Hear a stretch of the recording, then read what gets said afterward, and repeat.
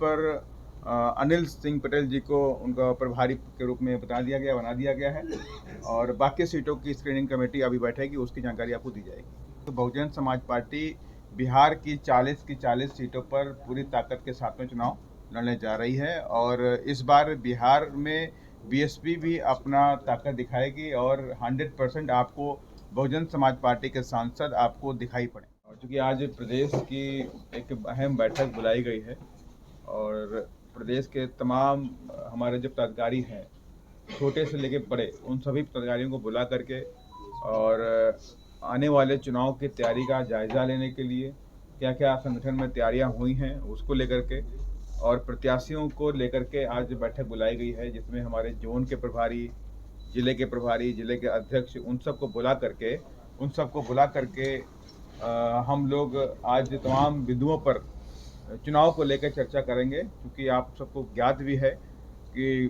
कुछ ही दिनों के अंदर, मार्च के अंदर, मेरी समझ से पहले या दूसरे हफ्ते के अंदर ही चुनाव आचार संहिता लग जाएगी और चुनाव आचार संहिता लगने के बाद तमाम तरह के नामांकन प्रक्रियाएं शुरू हो जाएंगी। तो उसको लेकर के आज हमारी जो पार्टी के जो वरिष्ठ कार्यकर्ता हैं, वरिष्ठ के हमारे जो पार्टी के नेतागण हैं, उनके साथ बैठक हो रही है और अब ये बैठक शुरू हो गई, रात तक चलेगी। उसके बाद स्क्रीनिंग कमेटी बैठेगी। उसके बाद कुछ नामों पे हम 2-3 दिन के अंदर चर्चा खत्म करेंगे और उसकी जानकारी आप लोगों को दे दी जाएगी। और साथ ही आदरणीय बहन जी ने बक्सर सीट पर अनिल सिंह पटेल जी को उनका प्रभारी के रूप में बना दिया गया है और बाकी सीटों की स्क्रीनिंग कमेटी अभी बैठेगी, उसकी जानकारी आपको दी जाएगी। बाकी बात हमारे अनिल जी करेंगे। बाकी क्या और कितने सीट पर बीएसपी कंटेस्ट करने की? हाँ, ये सवाल कई जगहों से बार बार आता है, तो मैं आपको बताना चाहता हूँ कि बहुजन समाज पार्टी बिहार की 40 सीटों पर पूरी ताकत के साथ में चुनाव लड़ने जा रही है और इस बार बिहार में बीएसपी भी अपना ताकत दिखाएगी और 100% आपको बहुजन समाज पार्टी के सांसद आपको दिखाई पड़े। यूपी में क्या कोलिजन आप लोग का बन रहा है सर? क्या समाजवादी पार्टी के साथ कुछ बात? नहीं, हमारा किसी के पार्टी के साथ में कोई कोलिजन नहीं है और आदरणीय बहन ने साफ कह दिया है कि उनका जो भी है वो दोनों, जो एनडीए हो चाहे महागठबंधन हो, ये दोनों बड़े बड़े धन्ना सेठों की कठपुतली बन के काम करती हैं। तो उनके साथ में हमारा किसी तरह का भी कोई भी गठबंधन नहीं है। हमारा जो गठबंधन है वो जनता के साथ में है। हम जनता के साथ में गठबंधन कर रहे हैं और जनता के बीच में जा रहे हैं और हमारे प्रदेश के तमाम पदाधिकारी ग्राउंड लेवल पर जाकर समाज को जोड़ने का भी काम कर रहे हैं। पोस्ट इलेक्शन को एलाइज कर सकती है क्या? पोस्ट इलेक्शन बीएसपी को एलाइज कर सकती है? वो तो बात का फैक्टर है। हमारे जो राष्ट्रीय अध्यक्ष हैं आदरणीय बहन कुमारी मायावती जी, वो उनका सब्जेक्ट है, वो अपना काम करेंगे। इस पे हमारा लगातार बीएसपी क्यों छोड़ रहे हैं लोग? देखिए, बीएसपी को छोड़ने से बीएसपी को फर्क नहीं पड़ने वाला। बीएसपी में मैं आपको बताना चाहता हूँ कि बहुजन समाज पार्टी मिट्टी से माधव बनाने का काम करती है और हम तो उनको मिट्टी से निकाल के लाते हैं, माधव बना देते हैं और माधव बनने के बाद कहाँ भागना चाहते हैं, वापस मिट्टी मिलना चाहते हैं, कहाँ जाने उनकी प्रक्रिया। लेकिन बीएसपी को कोई फर्क नहीं पड़ने वाला और ये बीएसपी तो नेता बनाती है। गौतम जी, बिहार में जो राजनीति में है उसमें जातीय बोलबाला बहुत ज्यादा है, तो क्या आपकी पार्टी भी वो पूरे जातीय बोलबाले को, जातीय फैक्टर को देख के कैंडिडेट सिलेक्शन करेगी? बिल्कुल। हम लोग जो सामाजिक समीकरण होता है, सोशल इंजीनियरिंग जो होता है, मेन जो फैक्टर बोलते हैं सोशल इंजीनियरिंग हमारा मेन फैक्टर होगा। उसके साथ में हम जो जीतने वाले जो कैंडिडेट हैं उनको भी तराशने का काम करेंगे। हिना साहब का सुनने में आ रहा है कि हिना साहब का आपकी पार्टी से कांटेक्ट चल रहा है? नहीं, हमारा कोई कांटेक्ट हिना साहब से नहीं।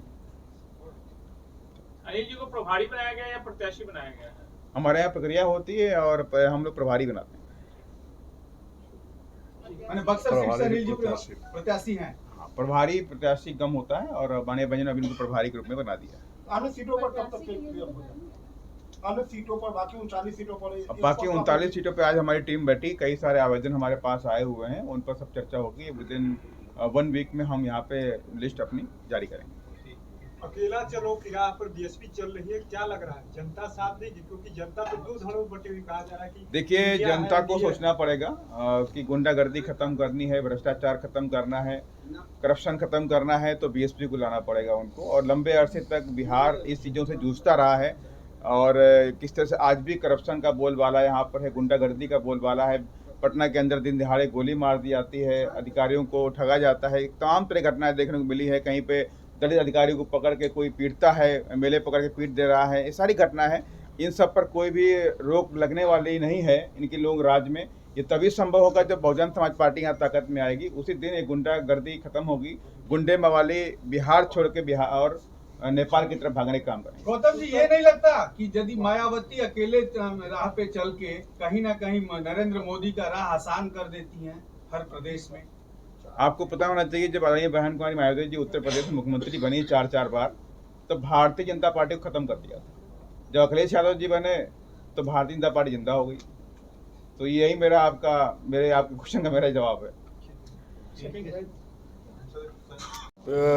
अगर कोई भी धुरंधर उतरे उसकी परवाह नहीं है। अभी आदरणीय बहन जी ने हमें वहाँ प्रभारी बनाया है, सांसद जी ने कहा कि प्रभारी बनाए हैं, जो एक प्रोसेस है हमारे यहाँ कि प्रभारी बनते हैं, उसके बाद उसके प्रत्याशी बनते हैं, वही प्रत्याशी बनते हैं।